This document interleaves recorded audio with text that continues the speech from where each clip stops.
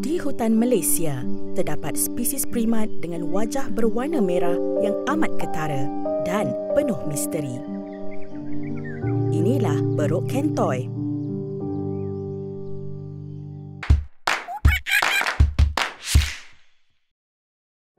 Perlis terletak di utara semenanjung Malaysia, dikelilingi bukit-bukit batu kapur Banjaran Nakawan. Inilah Wang Kelian.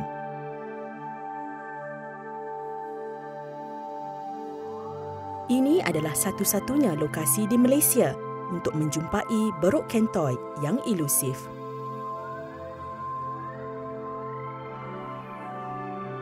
Beruk kentoy mendapat nama daripada ekornya yang pendek dan tidak berbulu.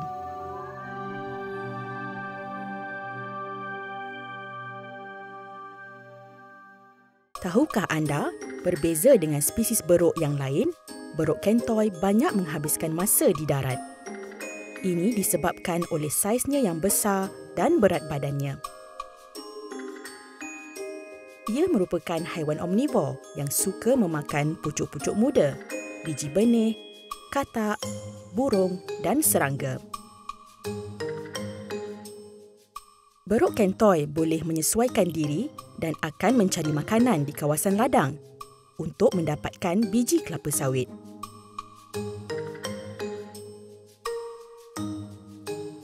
Tahukah anda, beruk kentoy mempunyai kantung pipi untuk menyimpan makanan? Kantung pipi ini membolehkannya membawa makanan ke tempat yang lebih selamat untuk dimakan kemudian.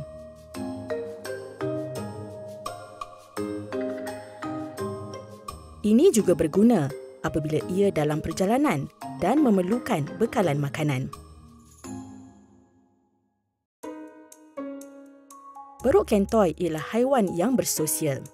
Ia hidup secara berkumpulan yang terdiri daripada beruk jantan dan betina.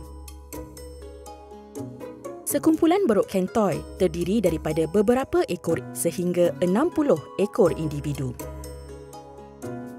Kumpulan ini diketuai oleh seekor jantan yang dominan. Jantan yang dominan juga memainkan peranan penting untuk melindungi kumpulannya. Ia sering dilihat memanjat pokok untuk meninjau keadaan sekitar demi keselamatan kumpulannya. Beruk kentoy ialah haiwan yang berpoligami. Kedua-dua beruk jantan dan betina mempunyai beberapa pasangan semasa musim mengawan.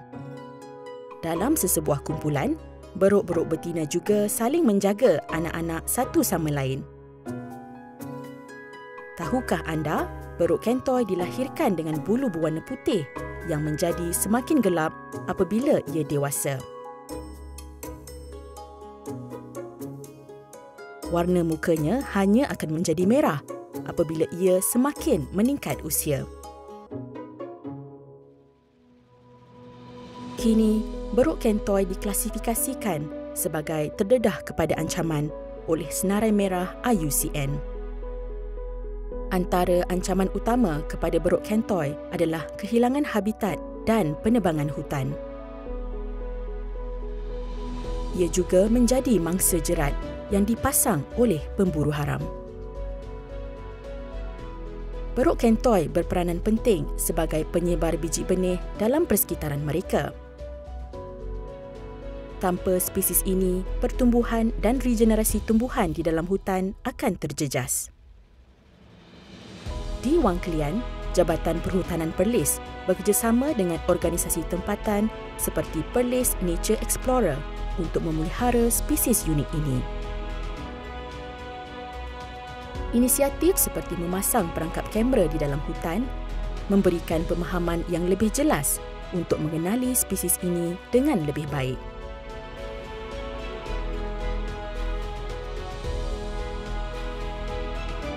Papan tanda khas juga dipasang di sepanjang jalan, terutamanya di kawasan lintasan beruk kentoy. Ini bagi membantu melindungi spesies ini dan memupuk kesedaran, terutamanya di kalangan orang awam tentang haiwan ini. Kita perlu memastikan bahawa fauna yang mengagumkan ini akan terus hidup dan kekal di hutan kita demi generasi akan datang.